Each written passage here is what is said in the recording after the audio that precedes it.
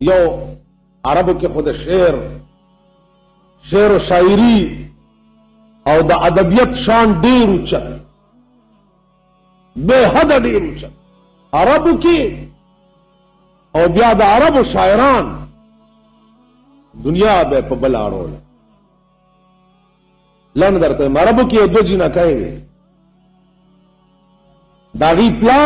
پلار شاعر او ابو نواس نامه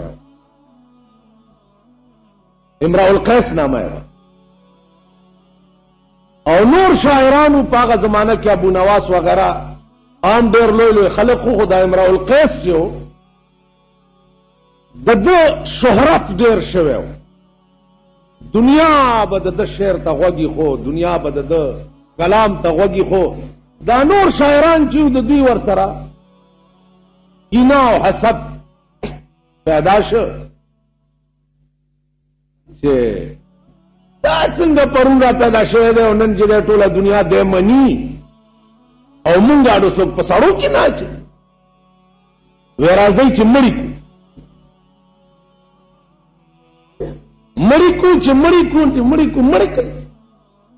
که خیال مو کې لکه مونږ خلکو چې په هیڅ صرف نه کوو کنه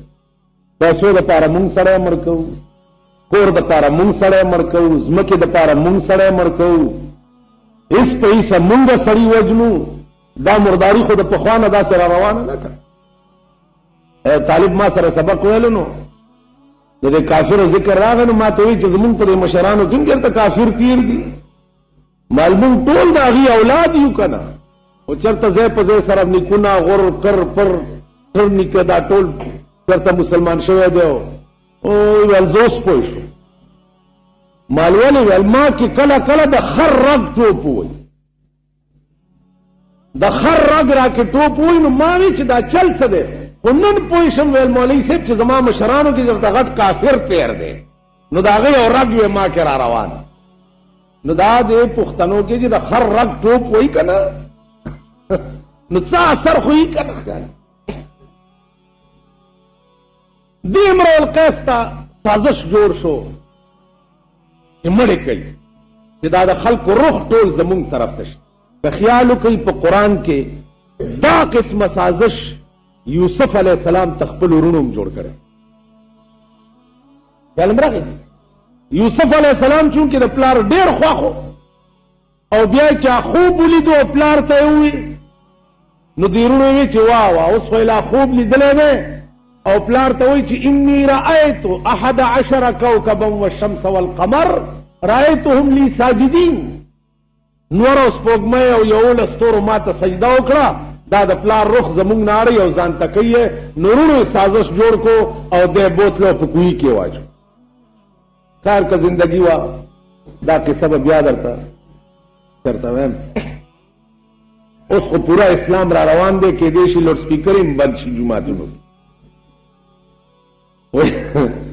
وایي تشه خطبه به پکې د عربي وایي نورې خبرې به نه کوئ هغه تالی سټ مولیانې چې غوښتي هغې وله مشوره ورکړې ده داسې چې دا مولیان چپ شوي ني تاله خیر کېږي نه خیر خو به درته مولیان جوړ کړي د اسمان د طرف نه خیر به درته څوک جوړوي د زلزلو خیر به درته څوک جوړوي د سیلابونو خیر به درته څوک جوړوي دا ملک په یو قسم د خدای د قهر په لپیټ کې نه دی دا په مختلف قسمونو تاسو ولید هغه شپه په 5 بجې زلزله خدای وښوده درته چې د ناس په خوب وده په پالنګ کې بې اختیاره دې په بار سړک ته رایستی شم او خپله نامه در باندې اخیستی هغه پلیتو او هغه بېدینو م یا الله خیر چغې ووالې چې خدای سره رابطه او تعلق بالکل ښځې او نر سړکو ته او لارو ته راووت نو خیر دا د تالي سټو په لاس کې نه دی چې خیر څوک چاله جوړ کړي خیر د خدای په لاس او خدای خیر هله کوي چې مونږ هم څه خیر وکړو کنه خدای خو درته باران وکړي تا ته وایي ته پکې قلبه وکړه ته پکې تخم واچوه ته اوبخوري کوه ته ساته څوکیداري کوه هله به فصل کېږي په تش باران باندې غنم کېږي په تش باران فصل کېږي ته چې څو پورې تاسو لاس پنی وهي. نو عزیزانو عرض میں داو چې خیر صرف داغه مالک حقیقی پلاس کې زما په سترګو سترګو کې کیږي. الله دې ما په دې نه ګناهګار وي، او زما په سترګو سترګو کې کیږي یو عظیم تبعی په دې ملک، عظیم طوفان یا به زلزلې وي، بیګا د شپې 2 بجې زلزله بیا 2 ځل شوه، یا به زلزلې وي یا به داسې طوفان راشي لکه قرآن کې راغلي دي چې القارعة ما القارعة وما أدراك ما القارعة يوم يكون الناس كالفراش المبثوث وتكون الجبال كالعهن المنفوش. دا سړي به وګوره چې د ملخانو غوندې به په اسمان کې الوزي، د آفت باغس. دا غرونه به وګوره چې د ډنډت شوي وړی په شان به په اسمان کې الوزي. خدای داسې نشي کولی. کم زور دی چې خدای تا راونیسي او هغه زور به تا بچ کي؟ چېرته شته؟ کوم طاقت دی چې تا خدای راونیسي او هغه طاقت به تا بچ کي؟ نو عرض مې دا و چې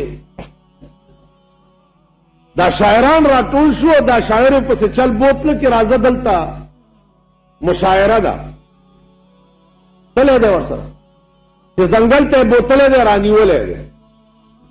ویل که څه کوئ؟ ویل وجنو دی. ټول خلق ویل تا مسخر کړي دي او زمونږ څوک نوم نه علي چې تا مړ کړو چې دا خلق مونږ ته مخه شي.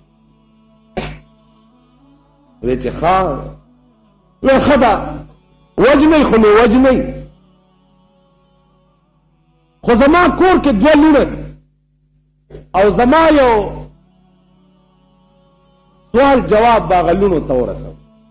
ویل ډېره ښه. عربو کې د وفا د وعدې وفا ډېره زیاته وه.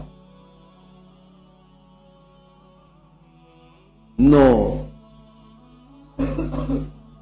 اوس خلک وایي عرب داسې شو، عرب داسې شو. عرب زمونږ د وجې خراب خالص عرب چې دي اوس هم ښه دي. زمونږ دا مبارک قدمونه چې ور اوږده شو نو مونږ ته چې ګوري هغې هم خراب شو. تاسو ته مې کیسه کړې وه هغه پاکې نه پلیته ښه وه کړې مې وه. نو ښځه چې کور ناسته وه کومې ښځې به ترې تپوس وکړو خورې دا ولې دی به چې ورته کنځلې وکړي هغې به هم چغې کړي چې تپوس نه تپوس ښه و، تپوس نه تپوس اب هم سرسام شو. مونږ ته چې ګوري هغې هم خراب شو. په پاکستان کې د عیاشۍ اډو ورته چا جوړې کړې وې، چراګاونه ورته چا جوړ کړي، په 3 لکه روپۍ په ټپوسان او مارغان څوک خرڅوي؟ 403 او د پوډرو ډیپوان چا کولاو کړي او د هغوی ملکونو ته وړي. د هغوی ملک خو هېڅ هم نشته، خو چې څه ګندې تی وله وړې که هغه تباه شو ستاسو د لاسه تباه. د یو څو کسو مالداره کېدو دپاره ټول ملک د خدای په عظیم قهر اخته دی. یو څو کسه بیا د ملک نظام او قانون هېڅ نشته. تاسو وګورئ قدم بیرته د ډمتوب دکان دی، قدم بیرته د دې کنجرتوب لیسن چا ورکړی دی؟ دمله د بدفعلۍ لیسن څوک ورکوي؟ دمله د ګډېدو اجازت څوک ورکوي؟ په چکلې باندې ټیکس چا لګولی؟ دا چا کړي؟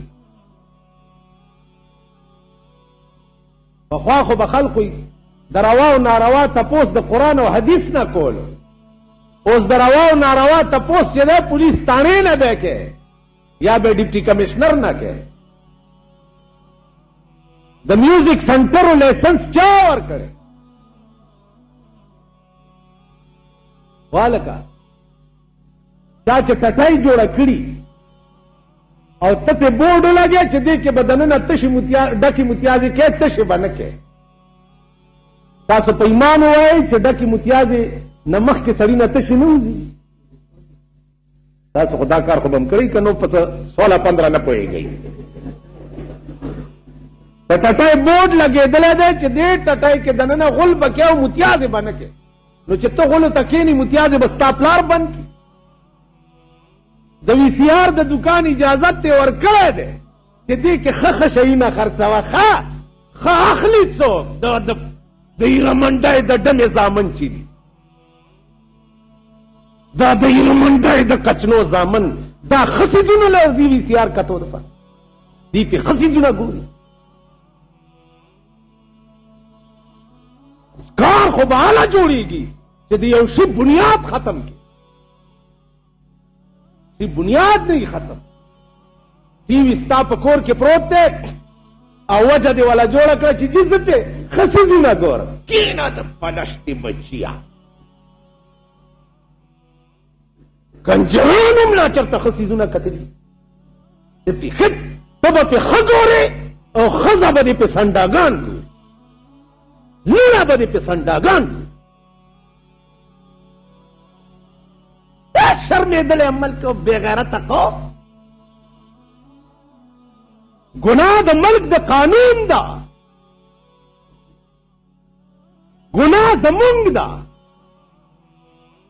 ګناه د هغه چا ده چې پرون ډېر چاپېر ته ناستو اولې خبرې ته یې لبیک وې. اول دې ته وګوره چې د ښځې په شناختي کارت فوټو ضروري دی. دا فتوا چا ورکړه؟ چا دا فتوا ورکړه؟ د ښځې په شناختي کارت فوټو ضروري دی ځکه چې دوی وایي زمونږ ښځې خو دنیا ولیدې. دا بعضې ښځې دې پکې پټې ولې پاتې شي؟ پرېږده چې اولې خو زما ښځه چې فوټو له لاړه شي خو اول به کیمرامین ګوري که نه. کیمرامین څوک خو ډبي که نه. د بجلیګر ملا ښځه به اول ډم ګوري. که زه هم شناختي کارډ ضروري نه دی، سبا زه حج له بوځم چې شناختي کارډ نه وي د حج اجازت دوی نه ورکوي. په دوی سیلای راشه د دوی د کم غم علاج به کوي. غرض یې دا دی چې اډو ښځه پټه پاتې نه شي. ته به څه وایې چې زه شیخ یم یا زه ملا یم یا زه پردهدار یم؟ ستا ښځې تماشه به اول کیمرامین کوي. بیا په دې ملک کې شناختي کارډ تاسو وګورئ څومره د بیروني دنیا خلک چې دي ټولو شناختي کارډونه جوړ کړي. دا د افغانستان مهاجر چې څومره راغلي تاسو وګورئ زرګونو پکې شناختي کارډونه جوړ کړي. شناختي کارډ دی څه شی؟ کم د ملک د بقا او دورانی دارو مدار په شناختي کارډ باندې دی. الله دې د خبر نه لمبې راوباسي چې دا عذاب چا رایستی و. شناختي کارډ څه تاسو کوم ملک د بار خطراتو نه بچ کړئ چې ګینې چا سره شناختي کارډ نه وي نو پاکستان کې به نشي ګرځېدی. پاکستان کې هغه د لچرې زامن ګرځي چې تاسو علاج نشئ کولی بلکې تاسو ناست یې د هغې په تالو روټۍ خورئ، د هغې کیکونه او پستیانې خورئ. پاکستان ته په شناختي کارډ بچ کړئ. پاکستان که بچ کېږي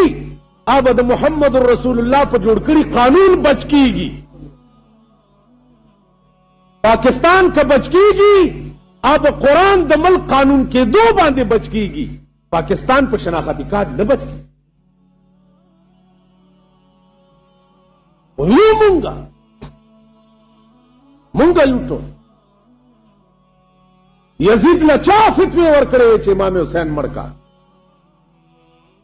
چا ورکړې؟ مونږ ورکړې. نو یو مونږه ټول تپوس وشو چې جي دا اوشر مشر چې دی بلکل جیار اوس به مونږ چرته پیدا کړو قاضي ابو یوسف. قاضي ابو یوسف غوندې ملا به چرته پیدا کوو چې بادشاه ورته راغی تپوس کوي د مسلې چې جامعت فی نهار رمضان روزې میاشت ده د ورځې مې جما وکړه هغه ورته علیک ان تصوم شهرین متتابعین 2 میاشتې به پرله پسې روزي نه فتوا ورکړه سړی لاړو چې لاړو نورو قاضیانو ورته وایي چې حضرت خطا شوې د کفاره کی ترتیب دی اول تحریر د رقبې دی مریه به ازادۍ مریه نو بیا به 2 میاشتې روزي نیسي روزي نشوي نیوی بیا به سپېتو مسکینانو ته روټۍ ورکوي قاضي ابو یوسف ورته وایي چې خطا نه یم فتوا مې ټیک ورکړې خو بادشاه د زرګونه مریونه ورسره دي که اوس مې ورته ویلی چې مریه ازاد که نو یوه روژه یم نه نیوه هره ورځ به یې مریه ازادولی او چې څه یې خوښه وه به یې کولی نه هر سړي ته به د هغه د شان مناسب فتوا ورکوي چې دی 2 میاشتې روژې پرله پسې ونیسي او دا د ملا ډوکی پې ودردېږي چې دی بیا په روژه کې داسې کار ونه کړي به کوم ځای نه مونږ قاضي ابو یوسف پیدا کړو مونږ خو خان خوی مولیان یو خان خوی د خان او د غریب تنازع راشي او مال راله ملا صاحب دغسې چل د خان خوی دا غریب غلق دی غریب هم لا چرته ملامت کېږي د خان په مقابله کې د خانانو تاریخ وګوره د نوابانو تاریخ وګوره زمونږ خر نشته او د دوی زرګونه جیره به ځمکې دي دی کم ځای نه راوړي خو دا همغه دي چې چا په کعبه ډزې کړې وې چا په بیت المقدس ډزې کړې وې چا پیرنګیانو دپاره ځان نه هندوان جوړ کړي وو چا پیرنګیانو دپاره دیري نړولې وې چا پیرنګیانو دپاره امیر امان الله کافر کړی و دا همغه خلق دی که امیر امان الله د کفر سکیم چا جوړ کړی و په کم ځای کې جوړ دا خو هغه خلق امیر امان الله د کفر فتوی کم ځای تیارې شوې وې طریقه یې څه وه مونږ نه خو هر څه هیر شي که نه مونږ نه خو هر څه خطا شي دا هر څه مونږ کړي دا زمونږ کرتوتونه وو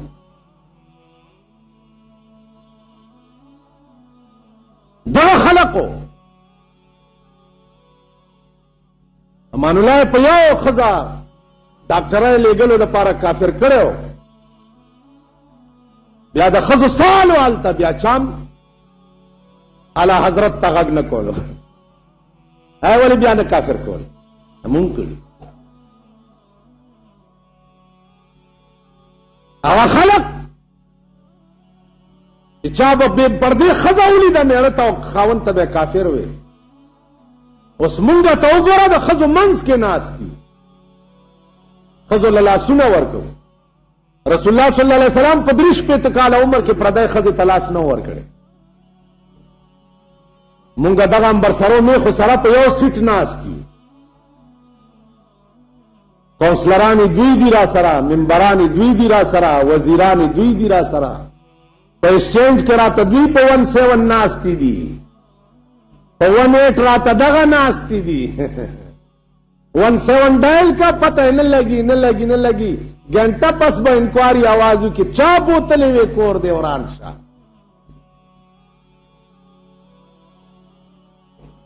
कोर د میردین جماعت شت اور او بچر ته یو ځای وخت تیرولې شي هلته د سنداګانو ور سره په ایکسچینج کې کینولې دي هلته د جنکای ور سره کینولې 17 به څنګه اوچتای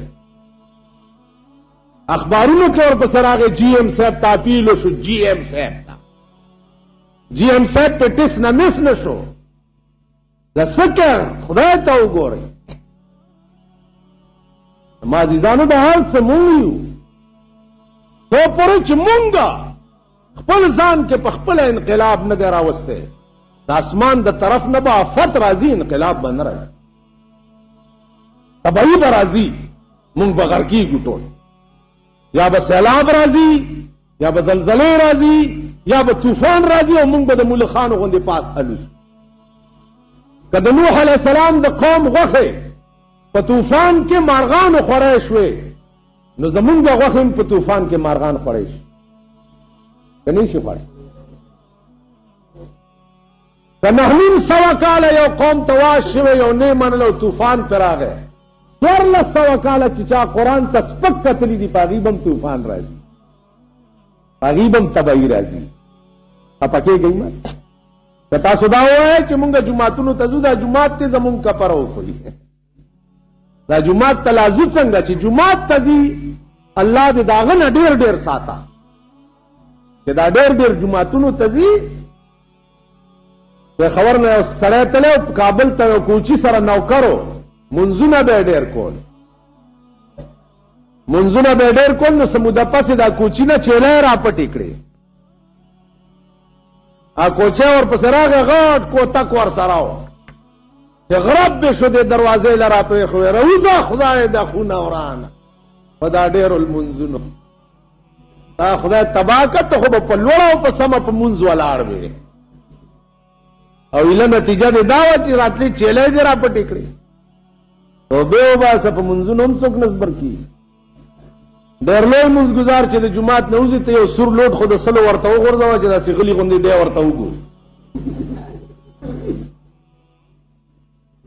ته وغورځوه. ته بیا د مونځګزار تماس پرېږده، دا پیشو تر هغې پورې شی ښایي چې په مږو نه یې پېښه. په دې نه کېږي. انقلاب به راولې ځان کې، انقلاب دې ځان کې رانه وستو، پاس نه به نه راځي. عزیزانو دا امرؤ القیس راونیو، نو هغه ورته وی چې زما یو دوه لوڼه دي، هغې ته به زما یو پیغام ورسوئ. ویلې بالکل وعده ده. وی زما چې مړ کړي او زما کور ته لاړ شئ، نو زما لوڼو ته به دا ووایئ چې یا بنتي امرؤ القیس، یا بنتي امرؤ القیس ان اباکما، اے دوو لوڼو د امرؤ القیس په تحقیق سره ستاسو پلار. د دې الفاظو دا معنا ده. بس دومره زما لوڼو ته ووایئ، نور تاسو خلاص. سړی مړ کو، کور ته راغله، لوڼو ته په دروازه کې آواز وکړ چې یا بنتي امرؤ القیس ان اباکما. لوڼه یې راووتې او دا دواړه شاعران یې ونیوه. ویلي ویل ولې؟ وایي تاسو زموږ پلار وژلی دی. مونږ ستاسو پلار کوم ځای وژلی؟ مونږ خو یو شعر ووایه ستاسو په دروازه کې. وینیو پولیس قاضي ته حاکم ته پیش شو، چې پیش شو حاکم ورته وایي چې تاسو سره څه دلیل دی چې ستاسو پلار ده وژلی دی؟ جینکو ورته ویل مونږ سره دلیل ویلی و، ویل دوی یو شعر ویلی دی، لفقاتلا لداکما. شیر حدیث دا ویلے یا بنتي امرؤ القیس ان اباکما قد قتل فقاتلا لداکما. دې سره بل نیم شعر اډو جوړېږي نه، سوا د دې نه چې پلارم قتل شوی دی او قاتلان یې دغه دواړه ولاړ دي. کینی ویل دا شاعران د ټول د عربو راټول شي او دیرون بنی نیم بیتی سره د بل بیت جوړ کی، نو دوی خلاص. کینی زمونږ د پلار قاتلان هم دا دي. عربو کې د دې شان فصاحت او بلاغت ښځو کې دا ښځو کې تر دې یو سړی د شاعر ابو نواس نامه بادشاہ ته ورننوته. بادشاہ یو وینځه وه، هغې وینځې له د سرو زرو هار جوړ کړی او ډېره جوړه کړې سینګار کړې. ده خیال کړی دی چې یاره دا بادشاه خو دا وینځه یې ډېره خوښه ده، نو څه صفت یې د هغه وینځې کړی دی چې ګوره که ته یې راکړه. بادشاه د هغې په مزه کې داسې مست و چې ده ته یې ډوم نه کته. شعرونه میرونه یې ووایي که دې خیال کړي دا د پخوانو دا قصه داسې را روانه ده. د اخبار کې چې وګورئ یو غټ سړی به وي، هغه چا بل چا سره لګیا نو د ګیرو والا ته چې وګوره دوی داسې خوله چینګه کړي داسې. تاسو د اخبارونو کې روزانه ګورئ، یو افسر به وي یا صدر صاحب به وي یا ګورنر به وي که نه، هغه چا سره خبرې کوي ده ورته خوله داسې چینګه نیولي. کتلي به مې تاسو څه شرمېدلي یو مونږه یعنې مونږه د دې قابل یو چې په دې ځمکه ژوندي وګرځو، د دې قابل یو. چې سړی راکشته چې هغه وایي چې یاره دا سړی که ژوندی پاتې شو نو ډېر بخي نه چې ما تاسو نه مخکې سیلاب یوسي او تاسو راپسې یوسي کار خلاص. نن وجود چې دی دی خو وګورئ دا چوړیان چې پکې ګندګي اچي دې ته څه وایي دا سړک په غاړې چې دا څیزونه جوړ کړي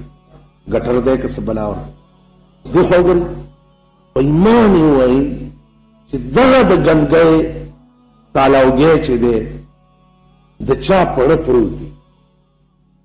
یا د چا کور سره جوخت دی هغه له به ارام ورشي چا سره چې د غلو ډیران جوخ پروت دی نو مونږ خو د غلو ډیران یو دی ځمکې له به څنګه ارام ورځي. مسله خدا ده چې مسلمان سړی په لار روان وي نو دیوالونه هم ورته دوا کوي په ځمکه چې روان وي ځمکه هم ورته دعا کوي. ملایکې چې ورسره روان وي ملایکې وایي چې یا الله دله اوږد عمر ورکړه خدای دی ډېر ښه لره خدای دی آباد کا خدای دی داسې ته په ایمان یې وایي چې مونږ په ځمکه روان وي دا ځمکه به څه وایي چې خدای دا پلیت مانه لرې کا وایي به که نه ملایکې به وایي چې خدای یو بد خنزیر روان دی مونږ ترې لرې کا. زمونږ سره چې کوم ملایکې دي کرامن کاتبین چې زمونږ په اوږو ناستې دي دا ټوله ورځ زمونږ څه لیکي د ښي طرف ملایکو له چېرته لمبر هم راځي چې یو نیکي مو لیکي دا لمبر ورته راځي ټول هم دا د ګس طرف به لګیا لیکل به کوي د ښي طرف غریبانې به وي خدای څه پلیت سره اټک شي. بیا د نیک سړي مرګ خو خدای باندې قسم اسمانونه هم پیژاړي. سعد ابن ابي وقاص چې مړ شو رسول الله وی اهتز له عرش الرحمن نن د ده په مرګ د خدای عرش هم وجړل. پیغمبر چې ویلي موت العالم موت العالم د عالم مرګ د عالم مرګ یا زمونږ غوندې عالمان چې مړه شي نو ټول عالم مړي. مونږ خو خزلې یو کوړه کور چې سړی جارو کړي خزلې کور کې نه پرېږدي بار یې غورځوي نو مونږ خزلې یو مونږ به خدای په جنت کې څنګه پرېږدي. تاسو رښتیا وایئ چې کور ته څوک خزلې نه نباسي کورې خاشڼه سوټې دا کور ته نه نباسي نو که ته کور ته سوټې نه وړې نو تا سوټه به خدای خپل کور ته څنګه بوځي. ته خو سوټه یې که نه ته د خپل ګریوان کې وګوره ته خو سوټه یې او بیا سوټ هم چېرته د سپي سوټه یې هغه بدبو یې چې څوک در نږدې کېدی نه شي د غوا میخې سوټه خو بیا هم ښایي چېرته تپیا کې خو ته جوړې شي که تا به خدای جنت کې څنګه پرېږدي. په کم فریب او دوکه کې پراته یې عرض مې دا و چې هغه ابونواس د بادشاه د هغې وینځې ډېر صفت وکړو هېڅ یې ورته ورنکړه او نه یې ورته وکته. د ابونواس بار راووتو د بادشاه په دروازه یې ولیکل چې لقد ضاع شعري على بابكم كما ضاع عقد على خالصا. ضاع ضایع نه دی ضایع شو او بس شو شیرونه زما ستا په دروازه کې بادشاه کما ضاع عقد على خالصا لکه چې تا بس کړی دی دا د سرو زرو امیل د خالصي وینځې په غاړه کې وینځو له څوک د سرو امیلونه ورچوي لکه تا چې د امیل بې عزتي کړې د وینځې په غاړه کې داسې زما د شیرونو بې عزتي ستا په دروازه کې وشو. سنتریانو وکته چې دا شعر ابونواس ولیکه لاړه دننه راپورټ وکړو چې ابونواس خو داسې شعر ولیکلو. بادشاه نور شي راوینیسئ چې راوینیو دی چې دننه ننوتو نو ضاع عین به چېرته م که کتلې عین داسې لاندې خپئ ټیک ده داسې نو دی چې ننوتو نو د دې عین نه لاندې دا خپه داسې میټاو کړه نو چې عین نه لاندې خپه میټاو کړي نو پاس حمزه پاتې شي خیال م کړی پاس حمزه پاتې شي چې ورننوتو بادشاه ورته دا څه دې لیکلي بار وایي څه مې لیکلي صاحب وایي لقد ضاع شعري على بابكم. وایي بادشاه سلامت دی په خپله لږ وګوري چې بادشاه د غسین را پاسې چې راغی عین نو حمزه کړی او ده خو لاندې ته خپه والې وه بیا دا معنا شوه چې لقد ضاع په تحقیق سره خوند وکړو شعرونو زما ستا په دروازه کې لکه خوند کړی امیل د سرو زرو ستا د وینځې په غاړه. عقل دې حد ته رسېدلی و د عربو په دې خبره پوهېږئ یعنې یو عین نه خپې والو سره به دنیا په بل واړوله دا د دې قماش دنیا او عرب موجودو خو د قرآن مقابله چاونه کړی یو را پاسید وی زه د کوم صورت مقابله کی صورت جوړ کړم وی دی صورت والسماء ذات البروج واليوم الموعود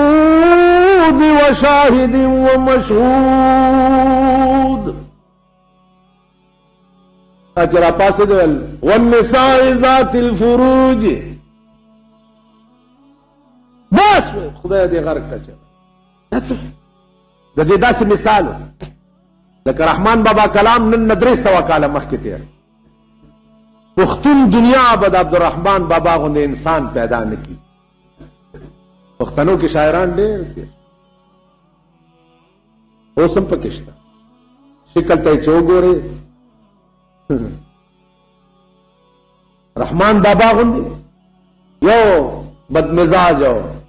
هغه داسې شیش دغه غوندې زه درته جوړم یو ورته دې پسې جوړ کړه چې سر زمان سامان زمان سر زمان سامان زمان زار شتر جانان زمان زار شتر جانان زمان سر زمان سامان زمان سر او مال دواړه په یار قربان د عشق تقاضا ده سر زما سامان زمان زار شتر جانان زمان زار شتر جانان زمان سر زما سامان زمان للی را پاسې ده داسې خو زم جوړولی شي چرګې دي چرګان زمان ګرځي په ډېران زمان ګرځي په ډېران زمان چرګې دي چرګان زمان تاسو اوس په ایمان ووایئ چې دا یو برابر دی کجا سر زما سامان زما زار شتر جانان زما او کجا دا نو عرب په داسې فعل کېده د قرآن د اعجاز او داغه د شان مقابله کې الله ورته چې وإن كنتم في ريب مما نزلنا على عبدنا فاتوا بسورة من مثله یوازې تاسو نه ودعوا شهداءکم خپل مشران ټول راوغواړئ ټول عرب را جمع شي وإن لم تفعلوا او که د قرآن مقابله مو نه کړه ولن تفعلوا چرې به هم پاینده زمانه کې ونه کړی شي 1400 کاله وشو د قرآن د یو ادنا صورت غوندې صورت چا جوړ قرآن د حقانیت دلیل خود کلام د قرآن چې دی دا په دې دلیل دی چې دا د خدای کلام خبرې ډېرې دي انشاءالله عزیزانو یو ضروري مسله پیښه شي دا زمونږ د دې جماعت د دې محراب شاته یو کور دی د یو بیبي چې دا کور هغه ټول یا نیم هغه وایي چې په څومره ستاسو کار کی دا دی جماعت سره زما د مور او پلار پاروا شریک زمون بالکل د دې محراب شاته چې کوم کور مونږه مستریان وغیرہ وغیرہ چې راوسته او سوچ هم ورته وکړ نو بله اس طریقه نه جوړېږي سوا د دې نه چې دا کوټه دا ټوله ډاګه کړو او هغه ځای هم پکې راننه باسو دا برنډه او دا حال او هغه ځای دا ټول یو حال او بیا مخامخ داسې هغه دیوالونو غاړې ته یو ګیلري راشي دلته دې چت د پاسه یو چت بل واچولی شي او دې منځ کې ګیلري جوړه شي تقریبا دې باندې 4-5 لک روپۍ خرڅه زه خو خپل ځاني نه چندې کومه نه مې دا نفس مني چې واچو ایماندارو جماعت له چنده دا کار زه نه کوم که خدای په قیامت کې په دې راونیو چې هغه جماعت له چنده روپۍ چې اچولې وه نو خپل کور دې په څو جوړ کړی او جومات له دې روپۍ کنه جی یا ډېر خلک ورپسې بدم وایي دا چغې وایي او خلکو غوږونه یې وخوړه او فلان دی نو که زمونږ کور جوړېږي او مونږه داسې تندی نه ترش کړی لکه چې جومات جوړېږي او سړی تندی تروش کي کړ یا په جومات کې سړی ایمانداري او اخلاص ونه کړي نو بیا دام سوټه شوه که نه نو دا سوټه به خدای جنت کې څنګه کړي نازیګانو ما نه چندو کیسې شته او نه یو برادر دی چې هغه خپل حده پورې تقریبا 50,000 روپو وعده ما سره کړې ده باقی پیسو کتاسو کی څوک وي هم داسې نه به چندې کوو نه به څادرې ګرځو نه به رسید بکونه چاپ کوو 2 لک روپۍ سرګست چې زموږ لاس ته راشي 500 نه علاوه 1.5 लाख روپۍ چې نورې راشي نو بیا ورانومه نو بیا به خدای په خپل اسباب جوړوي او دا ټکیماري ممکیماري داسې مې یو پوزیشن تاسو ته وښوده چې په دې زمانه کې یو زنانه را پاسېدل او په دومره عظیم فتنې وخت کې کور جومات ته وقف کول دا د عقل نه بار خبره خدای راستی که زم وکم چې کروڑ ځله مولا یم چې زه یې نشم کولی نو دا د عقل نه بالکل بار ده او ما ته یقین دی چې خدای پاک به نور اسباب هم ورته جوړ کړي واخر دعوانا ان الحمدلله تاسو ګورئ